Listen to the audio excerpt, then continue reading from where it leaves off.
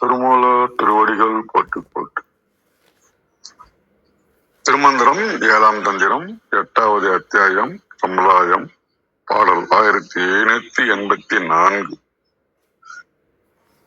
கொண்டான் அடியேன் அடிமை குறிக்கொள்ள கொண்டான் உயிர் பொருள் காய குழாயத்தினை கொண்டான் பலமுற்றும் தந்தவன் கோடலால் கொண்டான் என ஒன்றும் கூறகிலானே. கொன்றான் அப்படின்ற 4 வரிகளிலும் நமக்கு இங்க குறிப்பிடுகின்றார்.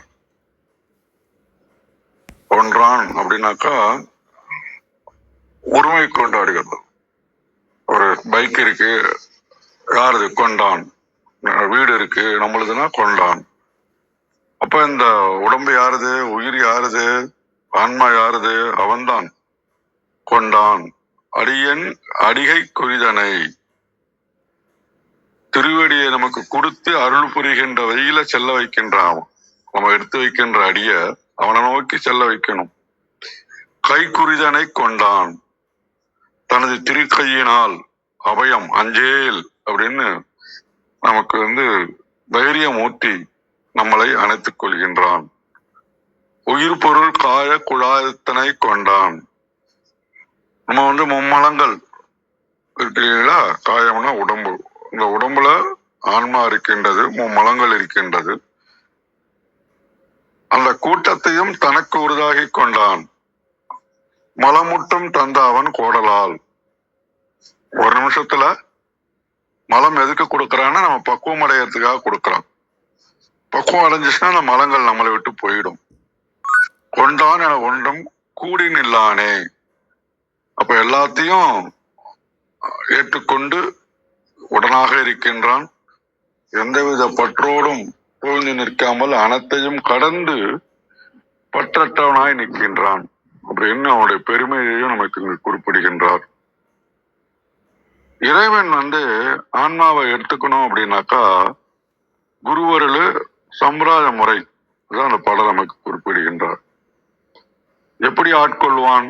இறைவன் தன்னுடைய திருவிட நேரில் நம்மளை சேர்த்துக்கிறான் அப்படின்னாக்கா அஞ்சேல்னு ஒரு அபயகரத்தை காட்டி நம்ம அடிமையாக ஏற்றுக்கொள்வோம். அப்ப நம்ம முற்றிலும் அர்ப்பணிக்கணும். உடல் பொருள் ஆவி அனைத்தும் அவனுக்கே நாம் அர்ப்பணிக்கும் போது நம்மளை ஏற்றுக்கொள்கின்ற பாதுகாப்பு அவனுக்கு ஆகிவிடுகின்றது. மல நீக்கம். அப்ப பக்குவம் அடைகிறதுக்காக தான் அதெல்லாம் கொடுத்திருக்கிறான். ஆணவம் கண்மை மாலை எல்லாம் அதை அழித்தவன் அவனே. அப்ப ஆன்மா தூய்மை அடையணும்னா அந்த மலத்தை அவனே அகற்றி அருள் புரிவான். பற்றற்ற நிலை. ஆன்மாவோடு இணைந்து நிறைந்து அருள் புரிந்தாலும் சரி, அவன் எதனுடனும் கட்டுப்படாமல் கடந்து நிற்கின்ற பரிபூர்ண தன்மையாக இருக்கின்றான்.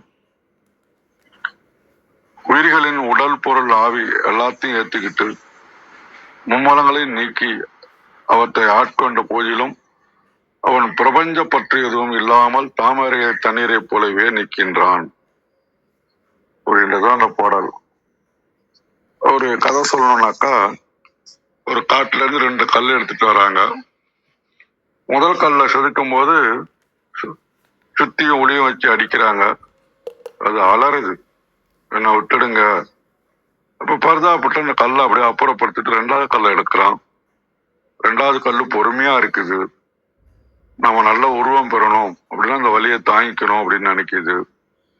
அப்போ ஒளி அடிக்கின்ற அடிகளை எல்லாம் அமைதியாக ஏற்றுக்கொள்கின்றது.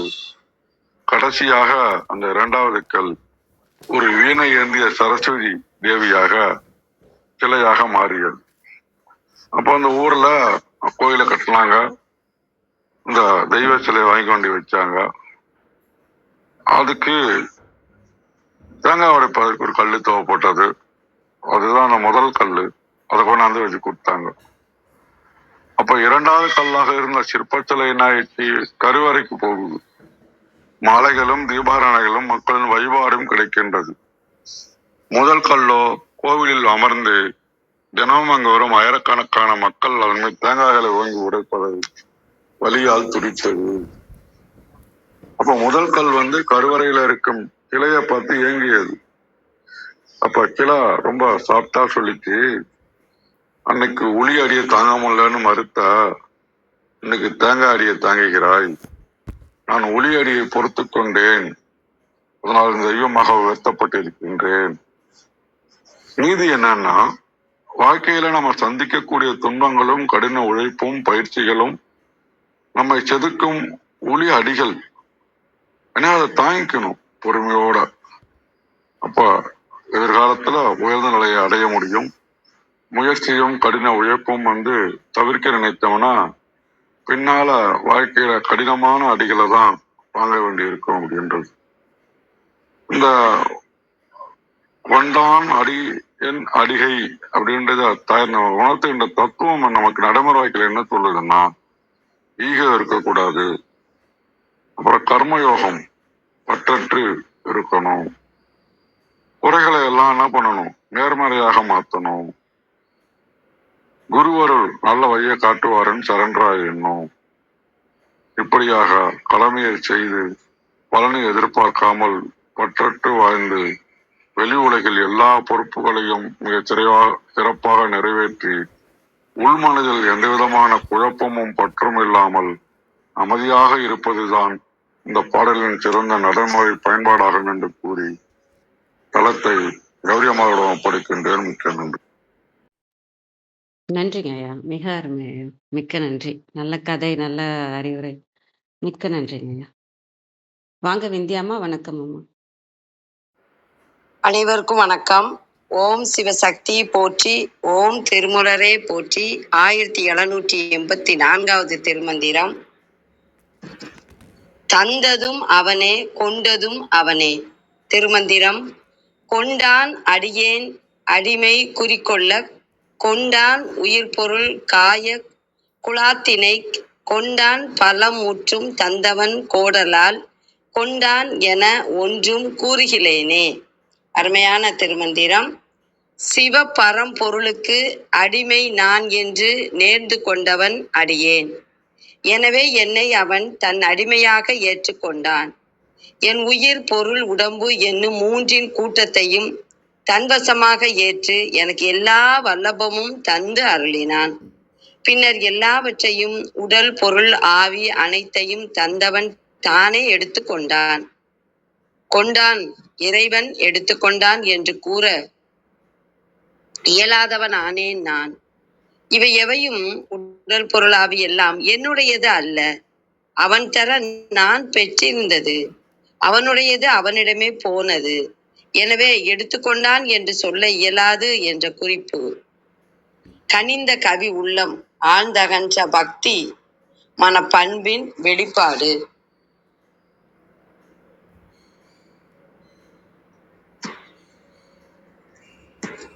கழக வெளியீட்டில் அடியேன் சிவனுக்கு அடிமையாக வேண்டும் என முழு அன்புடன் கருதலும் அசிவனும் அடிமையாக ஏற்றுக்கொண்டனன்.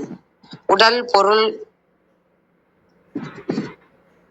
உயிர் பொருள் உடல் ஆகிய அவனால் தரப்பட்ட அனைத்தையும் அவற்றாலான பயன் எய்தியதும் ஆண்டவன் ஏற்றுக்கொண்டனன். அத்திருவருளின் மெய்மையினை நோக்கின் தந்த சிவனே மீண்டும் ஏற்றுக்கொள்வதால் கொண்டான் என்று கூறவும் ஒண்ணாது. இஃது ஒரு பொருளை இரவலாக பெற்றவன் மீண்டும்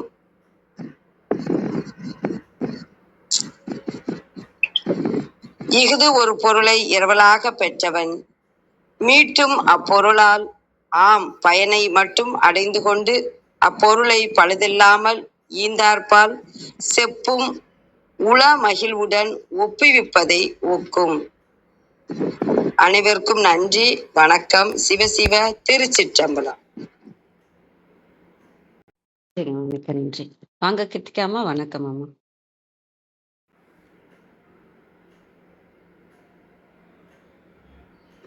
வணக்கம். ஆக்சுவலா நான் வெளியில இருக்கேன், ரொம்ப சவுண்டா பேச முடியாது.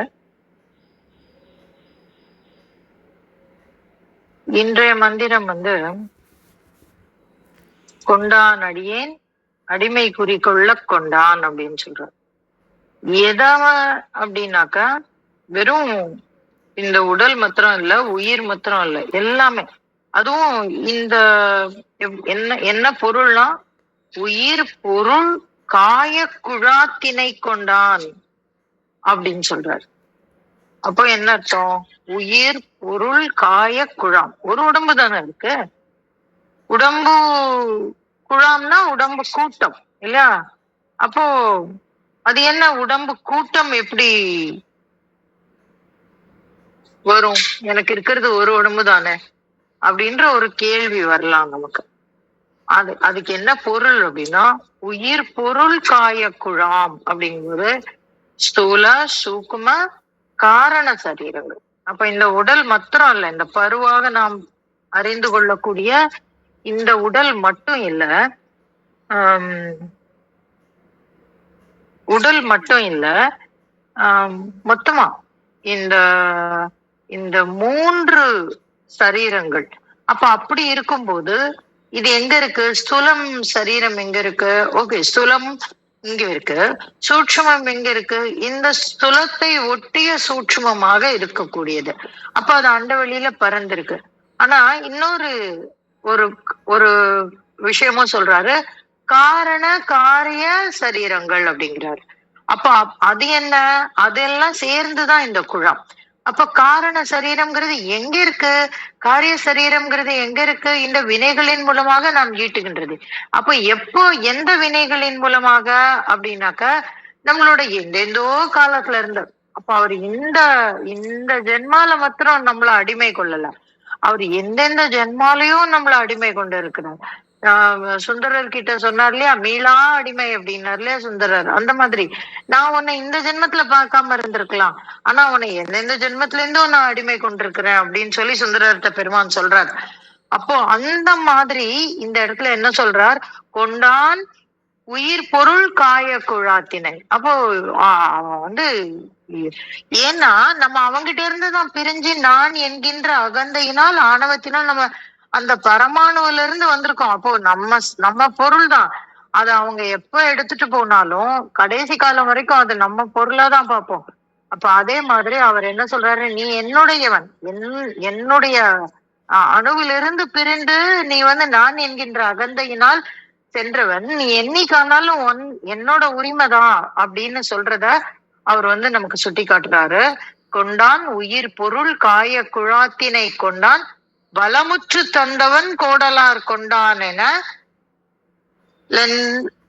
கோடனார் பலமுற்று தந்தவன் அப்படின்னு சொல்றாரு. அப்ப பலம் அப்படின்னா பலமுற்று தந்தவன் எது? நம்முடைய அப்படி பிரிஞ்சு போறதுக்கும் அவன் தான் நமக்கு பலம் தந்தவன். பலம்னா போர்ஸ் அப்படின்னு நம்ம எடுத்துக்கலாம். வன்மை அப்படின்னு ஒரு பொருள் சொல்றாங்க. நம்ம பிரிஞ்சு வந்திருக்கோம். எதனால? அந்த நான் என்கின்ற எண்ணத்தினால. அந்த எண்ணத்தை தந்தவன் அவன் தான். அதனாலதான் சொல்றாரு பலமுற்று தந்தவன் கோடலார் கொண்டான் என என்றும் கூறுகிறேனே அப்படின்றாரு. கோடலால் அப்படின்னா என்ன அர்த்தம் அப்படின்னாக்க, அவரு கொடுத்ததுனால நான் திரும்பி வந்தேன். நான் எனக்கு அப்ப கூட எனக்கு பிரியணும்லாம் எண்ணம் இல்ல, அவர் அந்த எண்ணத்தை உண்டாக்கினாரு, நான் வெளியில வந்தேன். அப்படி பண்ணதுனால நான் அவன் கொண்டான்னு கூட சொல்ல முடியாது. என்ன பொருள் அப்படின்னா அது அவனோடது. அதுக்கு கொண்டான் என்னுடையதை எடுத்துக்கொண்டான்னு சொல்ல கூட எனக்கு உரிமை இல்லை.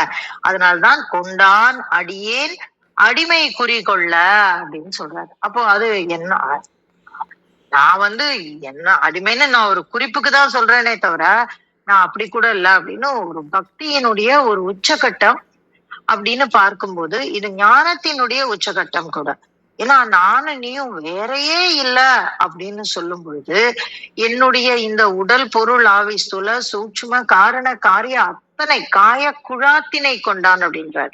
அப்ப இந்த ஜென்மத்துல மாத்திரம் இல்ல, நான் மீளா அடிமை உனக்கே ஆட்பட்டேன் அப்படின்னு சொல்றாரு இல்லையா சுந்தரர். இந்த வார்த்தை தான் அது அப்படி கொண்டு வர்றாரு. அந்த மாதிரி ஆள் வந்ததுனால நான்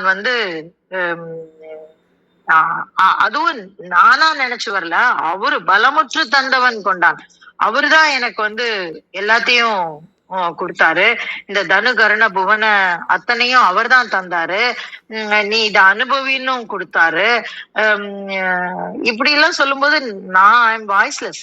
நான் செய்யறதுக்கு எதுவுமே இல்ல, அந்த அந்த நிலையில தான் நான் இருக்கேன் அப்படின்னு திருமூலருடைய ஒரு அனுபவத்தை சொல்ற மாதிரி இந்த மந்திரத்தை நம்ம பார்க்கலாம். அப்ப இந்த இடத்துல என்ன பொருள், ஏன் இத சாத்திரத்துல வச்சிருக்காங்க, சம்பிரதாயத்துல வச்சிருக்காங்க அப்படின்னாக்க, இன்னும் இந்த இந்த சரணாகதி ஏன் சரணாகதி அடையணும் அப்படின்னு நேத்திக்கு பேசணும். நானும் என் பையனும் பேசிட்டு இருக்கும்போது உப்ளிப்பன் கோவில்ல இருக்கோம். அப்போ அவன் சொல்றான் என்கிட்ட, என்னால 2 பேரும் மாம் ஏகம் சரணம் ரஜாங்கிறது உப்ளிப்பனுடைய தத்துவம். ஆனா என்னால அந்த சரணாகதி சொல்ல முடியாது. I am more inclined with Shiva. ஏன்னா சிவா என்ன சொல்றாருன்னா, நீ என்ன உணர்ந்துக்கோ, நான் தான் நீதான் நீன்னு சொல்றாரு. ஸோ ஐ எம் தட் அப்படின்னு அவன் சொல்றான். அப்போ அந்த இடத்துல ஒரு ஒரு ஒரு டிஸ்கஷன் வந்தது எங்க 2 பேருக்குள்ள. அப்போ சரணாகதிங்கிறது வெளியில அடையிறது இல்ல, உள்ள அடையிறது அப்படின்னு நாங்க பேசிட்டு இருந்தோம். அப்போ அந்த மாம் ஏகம் அப்படிங்கிறதுக்கு உண்டான பொருள் என்ன அப்படின்னா, அந்த ஒரு பொருள் தான் உண்மையானது. மாம் ஏகம், எல்லாமே அந்த ஒண்ணுதான். சரணம் ரஜா அப்படின்னா எல்லாவற்றையும் விட்டு விட்டு சரணாகதி அடை அப்படின்னு. அப்ப இந்த இடத்துல எது சரணாகதி பிரிஞ்சு வந்தது அங்க போய் ஒட்டணும், அதுதான் அப்படின்னு சொல்லி நாங்க பேசினோம். அப்ப கிட்டத்தட்ட இதே மாதிரி மந்திரம் தான். அந்த அந்த அந்த அந்த சம்பிரதாயம், அந்த இதை எப்படி ஆரம்பிக்கிறது அப்படின்னா, இந்த இடத்துல அந்த சரணாகதி தான் அந்த சம்பிரதாயத்தை ஆரம்பிக்க கூடியது. இததான் நேத்திக்கும் அவர் சொல்லியிருப்பாரு, நாடி அடிவை தரும் ஞான சக்தியால் அப்படின்னு சொல்றாரு. அப்ப அந்த ஞான சக்தினால நம்ம அடையக்கூடிய ஒரு விஷயம் இது. அப்படி அடையும் போது உடல் பற்று நீக்கி, பாடற்ற உடல் பற்று நீக்கி நான் அவனாக மாறினேன் அப்படின்னு என்னை அவனாக மாற்றிக்கொண்டான்னு சொல்லியிருப்பாரு நேத்திக்கு. அப்படி சொன்ன விஷயத்தான் இன்னைக்கு இன்னும் கொஞ்சம் எக்ஸ்பேண்ட் பண்ணி சொல்றாரு. ரொம்ப அற்புதமான ஒரு மந்திரம். சரணாகதியினுடைய மிகப்பெரிய தத்துவத்தை, அதுவும் சுந்தரர் சொன்ன அந்த மீளா அடிமை அப்படிங்கிற ஒரு 2 வார்த்தைக்கு உண்டான ஒரு முழு பொருளை இந்த மந்திரம் உணர்த்துற மாதிரி இருக்கும்.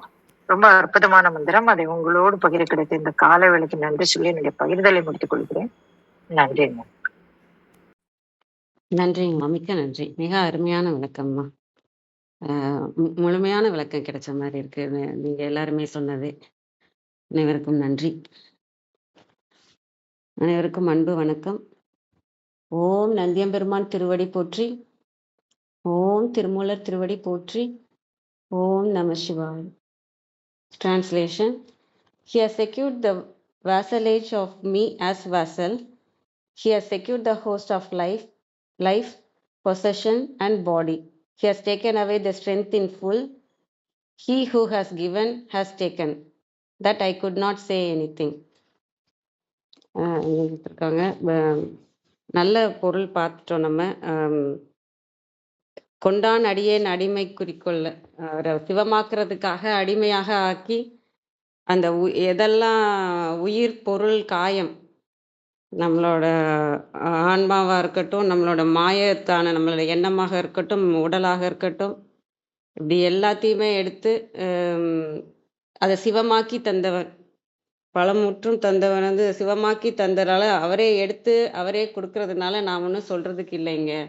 நாம் ஆக்சுவலாக நம்ம என்ன நினைக்கணும்னா, நம்ம நினைக்கிறதுக்கே ஒன்றும் இல்லை. எண்ணம்ன்ற ஒரு விஷயந்தான் நம்ம ஒரு விதையாக நம்ம போட்டுடுறோம். அது எண்ணமாக இருந்தாலும் சரி, அதுதான் நமக்கு இங்கே கர்மாவாகவும் இங்கே வர நமக்கு சூழ்நிலையாகவும் எல்லாமே அதுதான் கொண்டு வருது. நம்மளோட எண்ணம் தான். நம்ம எண்ணம் ஒன்றும் இல்லைன்னா நம்ம சொல்கிறதுக்கும் ஒன்றும் இல்லை. நமக்கு வர விஷயங்களும் அந்த மாதிரி தான் வரும். நம்ம இப்போ என்ன நம்மள்ட்ட மைனஸ்ன்னு நம்ம நினைக்கிறோமோ, அது மாதிரியான மனிதர்கள் வந்துட்டு அந்த மைனஸ் இருக்குன்றத சொல்லுவாங்க. அது மைனஸ்ன்றது இருக்குன்றது இல்லை, அந்த மைனஸ்ன்ற எண்ணம் உங்கள்கிட்ட இருக்குது அப்படிங்கிறது தான். அது அந்த மாதிரி நம்ம மைனஸு ப்ளஸ்ஸு நமக்குள்ளே ஒரு எண்ணம் போட்டு வச்சுருப்போம் இல்லையா, விதை போட்டு வச்சுருப்போம். இப்போ பாடி ஷேமிங்காக இருக்கலாம். நான் இப்படி தான் இருக்கேன், நான் எண்ணம் போட்டு வச்சுட்டேன்னா என்னை சுற்றி வர மக்கள் அதை சொல்லுவாங்க, உன்னோட எண்ணம் இப்படி தான் இருக்குது அப்படின்னு சொல்லிட்டு. அது மற்றவங்க சொல்லும்போது வலிக்கும், ஆனால் நம்மளே நமக்கு சொல்லிட்டு இருக்கோம் அப்படிங்கிறது நமக்கு தெரியறது இல்லை. அந்த மாதிரி நம்ம போடுற ஒவ்வொரு விதையும் தான் இங்கே கர்மாவாக நமக்கு வருது. அதை அனைத்தையும் ஒன்றும் இல்லாத எண்ணமே இல்லாத இடத்துக்கு நம்ம போய் சிவமாக்கி அவர் தான் கொடுக்குறாருங்கிறப்ப நம்ம என்ன பண்ணணும்னா சரணாகதி தான். ஆமாம், சொன்ன மாதிரி தான். லயனையாவும் ரொம்ப அழகா சொல்லியிருந்தாங்க. அந்த நம்பிக்கை வைக்கிறது அவங்க மேலே, இறைவன் மேலே முழு நம்பிக்கை வைக்கிறது. அந்த நம்பிக்கை வைக்கிறோன்றது இந்த உலகில் எப்படி ஆகிருதுன்னா, நான் நல்லா இருக்கணும்னு உன்னை வேண்டிட்டு இருந்தேன், நீ கடைசியில் எனக்கு அடிபட்டுருச்சு, உன்னை தானே நம்பியிருந்தேன், அந்த மாதிரியான நம்பிக்கையை சொல்லலை. அது ஆணவத்தினாலேயோ பற்றுனாலேயோ ஆசைனாலேயோ நாம் ஒன்று கேட்டு நம்பிக்கை வைக்கிறது இல்லை. அது உலகியல்ல மனிதர்கள்கிட்ட நம்ம வைக்கிற எதிர்பார்ப்போட ஒரு விஷயத்தை வைக்கிறது, அந்த நம்பிக்கை இல்லை. இது நம்பிக்கை வெறும் அன்பு. அதாவது அவர் எது செஞ்சாலும் நன்மைக்கு தான்.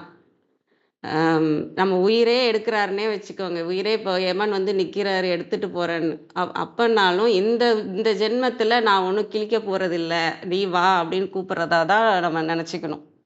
நீ இதுக்கப்புறம் நிறைய பாவத்தை தான் இங்கே சேர்க்குற மாதிரியான விதி தான் உனக்கு வந்துட்டுருக்கு, கர்மாக்கள் தான் வந்துட்டுருக்கே தவிர இந்த பிறப்பில் ஒன்றும் பெருசாக இது இருக்க போகிறதில்ல போல் இருக்கு. அதனால தான் யமனை அனுப்பிச்சிருக்கிறார் போல இருக்கு. ரைட்டு, நம்ம சந்தோஷமாக போகிற மாதிரி இருக்கணும். எந்த எண்ணத்தையுமே நம்ம போட தேவையில்லை. எல்லாமே நம்ம நன்மைக்கு தான் நடக்குது. நமக்கு திரும்ப திரும்ப வர அடிகளும் அப்படிதான். நம்ம அந்த எண்ணம் இன்னும் சரியாகலைன்னா திரும்ப திரும்ப அதே தான் ஃபேஸ் பண்ணிட்டு இருப்போம். நமக்கு ஒரு விஷயம் கெட்டது நடக்குதுன்னா அதில் நம்ம அந்த பாடத்தை கற்றுக்கிட்டு அந்த எண்ணம் நம்ம மனசை விட்டு போகலைன்னா திரும்ப அதே மனிதர்கள், அதே மாதிரியான சூழ்நிலைகள், இல்லை வேற வேற மனிதர்கள் நம்ம அதை புரிய வைக்கிறதுக்காக, அந்த எண்ணத்தை நீக்குவதற்காக, நமக்குள்ள முழுமையாக நம்மளை சிவமாக்குவதற்காக வந்துக்கிட்டே இருக்கிற விஷயம்தான் நடக்குது. அப்போ முழுமையாக நம்ம சரணாகதி அடைஞ்சு எல்லாமே நன்மைக்கு தான், எல்லாமே இறைவனோட செயல் தான். இதில் நம்ம பேசுகிறதுக்கோ நினைக்கிறதுக்கோ கேட்குறதுக்கோ எதுவுமே இல்லை. எது நடந்தாலும் அது இறைவனோட செயலாக அனைவரின் நன்மைக்காக தான் நடக்குது. அது எங்கேயோ இறைவன், ஏன்னா நமக்கு நம்மளோட பார்க்குற பார்வை இந்த கண்ணுக்கு முன்னாடி இருக்கிறது தான் பார்க்க முடியும். இந்த பிரபஞ்சத்தில் எட்ட நின்று நமக்கு பார்க்க தெரியாது இல்லையா? என்ன நடக்குது எதுவுமே தெரியாது. ரொம்ப க்ளோஸாக இருக்கிற மாதிரி நமக்கு அவ்வளவுதான் பார்வையோட இதே அளவே அவ்வளவுதான். நம்ம அறிவும் அந்த லிமிட்டடாக, நம்ம எல்லாமே லிமிட்டடாக இருக்குது. அந்த அன்லிமிட்டடாக இருக்கிறவங்கள பற்றி நம்ம யோசிக்க கூட முடியாது. அப்படிங்கிறப்ப நம்ம சரணாகதி அடைஞ்சு நம்ம அனைத்தையும் நம்ம சிவமாக்கி சிவத்தோட போகணும் அப்படிங்கிறது தான் இதில் சொல்கிறதா பார்க்குறேன். இதை இன்னும் இது கைடட் மெடிடேஷனாக கூட இதை நம்ம செய்யலாம். இதை மந்திரத்தை வச்சு நம்ம செய்யலாம். இப்போ ஓம் நம சிவாய மந்திரம் இருக்குது. ஓம் நம சிவாய மந்திரத்துக்கு நிறைய பொருள் எல்லாரும் அவங்க ஏன்னா இங்கே எதுவுமே இங்கே பொய்யும் இல்லை உண்மையும் இல்லை. ஒவ்வொருத்தர் தகுந்த அவங்களோட புரிதல், அவங்களோட பக்குவ நிலை, அவங்க கற்றுக்கிட்ட விஷயம், இப்படி அந்த இதை வச்சு அவங்க சொல்லுவாங்க. இப்போ நான் சொல்கிறது கூட உங்களுக்கு ஏற்றுக்க முடியாததா இருந்ததுனாலும் ஏற்றுக்க தேவையில்லை. ஏன்னா அது உங்களுக்கு சரியானதாக இருக்காது. இல்லை அது சரியானதாக இருந்தால் அந்த நிலையில் நீங்கள் இருக்கிறீங்கன்ற மாதிரி இருக்குமே தவிர, இங்கே ஒருத்தர் சொல்கிறது கரெக்டு தப்புன்றதே இங்கே உலகத்திலே கிடையாது. ஏன்னா இப்போ ஓம் நம சிவாய மந்திரம் அது வெறும் எழுத்துதான்னு ஒருத்தர் சொல்கிறாருனாலும் அதுவும் உண்மை தான். அவரோட நிலையில் அது அவர் வெறும் எழுத்தாக தான் பார்க்குறாரு. அது வெறும் எழுத்தாக தான் ஆரம்பிக்குது. அதில் ஆழமாக போக போக தான் நமக்கு தெரியும் அதில் என்ன சூட்சமம் இருக்குது அப்படின்னு. இப்போ பொதுவாக சொல்கிறது என்னது, அது பஞ்சபூதம் அப்படின்றத சொல்லுவாங்க. நீர், நெருப்பு, காற்று, ஆகாயன்றது தான் நம சிவாய அப்படின்னு இருக்குன்ட்டு. இல்லை அது சிவன், சக்தி, ஆன்மா, மாயை எல்லாம் சேர்ந்த ஒரு இது, அதுதான் சொல்கிறாங்கன்னு. இது ஒவ்வொருத்தரும் அவங்களோட இதை சொல்லலாம். என்னோட புரிதல் படி என்னன்னா, நீங்கள் எதை எடுத்துக்கிட்டாலும் சரி, பஞ்சபூதத்தை எடுத்துக்கிட்டாலும் சரி, ஆன்மாவை எடுத்துக்கிட்டாலும் சரி, சிவம், சக்தி 2 பேரும் திருவிளையாடல், என்ன இந்த உலகத்தில் நீங்கள் எதை எடுத்துக்கிட்டாலும் அது முடிகிற இடம் சிவத்தில் தான், அந்த வெட்ட வெளியான சிவத்தில் தான். அந்த ஓம்ங்கிறது நம்ம ஆன்மா, நம்ம முருகர் தன்மை, அந்த நம்மளோட சுழுமுனை, நமக்குள்ளே இருக்கிற அந்த ஒரு ஸ்பார்க்கு, அது இறையோட கலக்கிறது தான், அந்த சிவத்தோட கலக்கிறது தான் ஓம் நம சிவாய. அதாவது நான் சிவம். நானுங்கிறது இந்த இடத்துல இந்த மனித உடல் இல்லை, நான் என்ற ஆன்மா சிவத்தோட சேர்றது. அது என்னோட புரிதலாக இருக்கும். அவங்கவுங்க நிலைக்கு அவங்கவுங்க புரிதல் வச்சுக்கலாம். நான் சிவமாக இருக்கிறேன் அப்படிங்கிறது, என்னோட ஆன்மா சிவமாக இருக்கிறது, என்னோட மனமும் சிவமாக தான் இருக்குது, என்னோட உடலும் சிவமாக தான் இருக்குது. இப்படி அனைத்தும் நான் சிவத்துக்கே நான் சரணடைகிறப்ப அந்த இந்த இடத்துல சொல்கிற மாதிரி ஒன்றும் நான் சொல்கிறதுக்கு இல்லை, எல்லாமே இறைவனோட செயல் தான் அப்படிங்கிற நிலை தான் வரும். நம்ம அந்த மந்திரத்தை வச்சு வச்சு இன்னைக்கு ஒரு சின்ன மெடிடேஷன் மாதிரி பண்ணுவோம். அமைதியாக உட்காந்துக்கலாம். ஓம் கம் கணபதே நமக.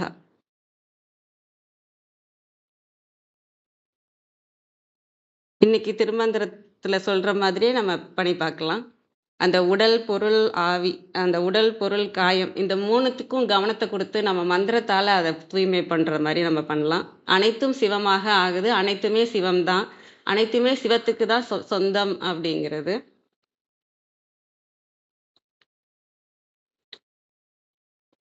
உங்களோட உங்க அனைத்து கவனத்தையும் உங்களுக்குள்ள திருப்புங்க.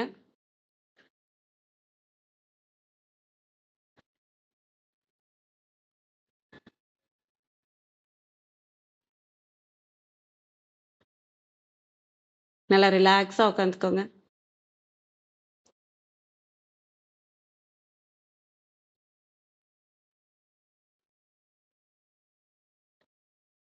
உங்க மூச்சை கவனிக்கலாம்.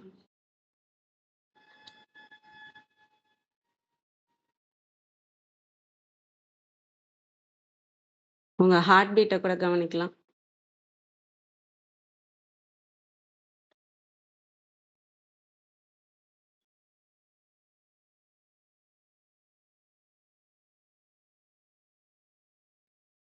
இப்போ முதல்ல நம்ம உடலை கவனிச்சு அதுக்கு சொல்லலாம். உங்க கவனம் முழுக்க உங்க உடல்ல இருக்கட்டும். இந்த ஓம் நம சிவாய மந்திரம் கூட உங்களோட இதுவும் அவங்களோட புரிதலுக்கு தகுந்த மாதிரி தான். உங்களோட மூலாதாரத்துல இருந்து சுழுமுனை வரைக்கும் ஓம் சொல்லி உங்க நமசிவாய அப்படியே சிவத்தோட விரியறதா பார்க்கலாம். அடுத்த நிலையில அந்த ஓம் நமசிவாய ஓம் சுழுமுனையிலே இருக்கு. அது நமசிவாய மந்திரமா விரிவடையுதுன்னு பார்க்கலாம். இல்ல திருவடியில இருந்து சாட்சியாக நின்று ஓம் நம சிவாய சொல்றது, சிவத்தோட நின்றே ஓம் நம சிவாய சொல்றது. இந்த மூணாவுமே நம்ம செஞ்சு பார்க்கலாம்.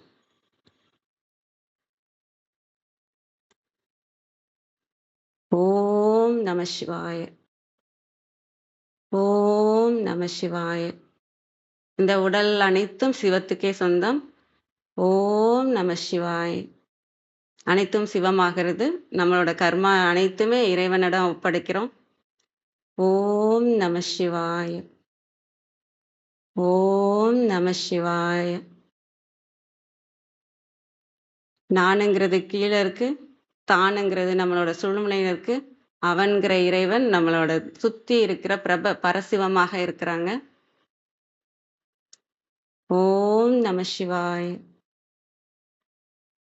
உங்க உடல் தூய்மையாகுது. ஓம் நம சிவாய, ஓம் நம சிவாய, ஓம் நம சிவாய, ஓம் நம சிவாய. உங்க மனம் எந்த அளவுக்கு சத்தமாக இருக்கோ அந்த அளவுக்கு நீங்க சத்தத்தை ஏத்திக்கலாம். உங்க மனம் எந்த அளவுக்கு அமைதி நிலையில இருக்கோ அந்த அளவுக்கு நீங்க அமைதியை கொண்டு நீங்க உள்ளுக்குள்ளேயும் சொல்லலாம். ஓம் நம சிவாய. உங்க எண்ணங்களை கவனிங்க. இப்ப நம்மளோட பொருள், நம்மளோட மாய பொருளான அனைத்து கருவியாக இருக்கிறது நம்மளோட சீடு விதை எங்க ஆரம்பிக்குன்னா நம்மள எண்ணத்துல ஆரம்பிக்குது. அதனால உங்களோட எண்ணத்தை கவனிங்க.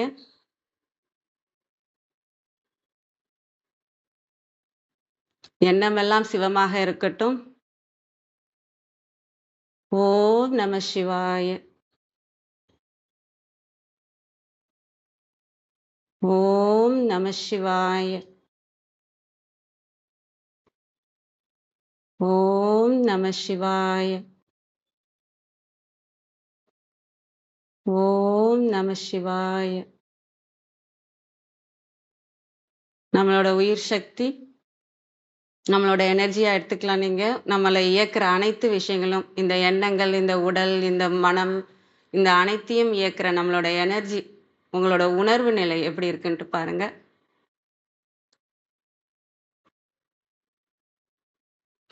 ஓம் நம சிவாய், ஓம் நம சிவாய், ஓம் நம சிவாய். ஓம் நம சிவாய். ஓம் நம சிவாய். அனைத்தும் சிவமாகிறது. ஓம் நம சிவாய். ஓம் நம சிவாய். ஓம் நம சிவாய். இப்ப இந்த ஓம் நம சிவாய சொல்றது யாரு? அனைத்தும் சுத்தமாக இருக்கிறதுன்னு கவனிக்கிறது யாருன்ற நான் என்ற உணர்வுல நில்லுங்க.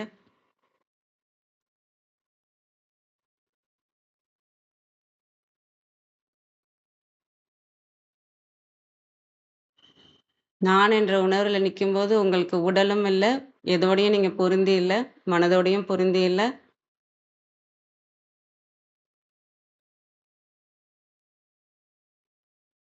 உடலோடையும் பொருந்தி இல்லை.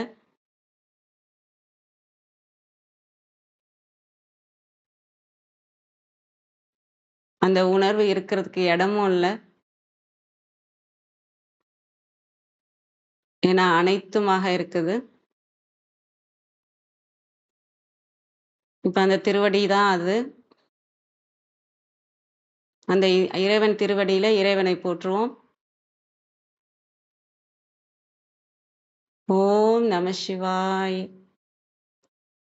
ஓம் நம சிவாய். ஓம் நம சிவாய். ஓம் நம சிவாய். ஓம் நம சிவாய். ஓம் நம சிவாய். ஓம் நம சிவாய். ஓம் நம சிவாய்.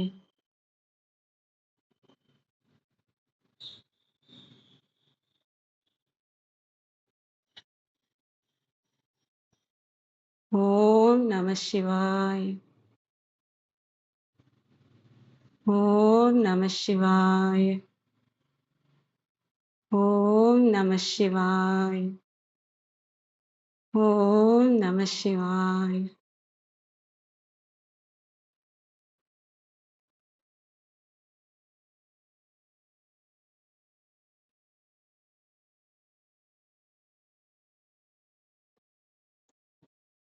இறைவனோட அருளை உணருங்க.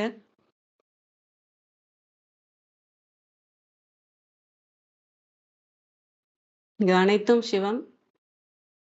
ஓம் நம சிவாய்.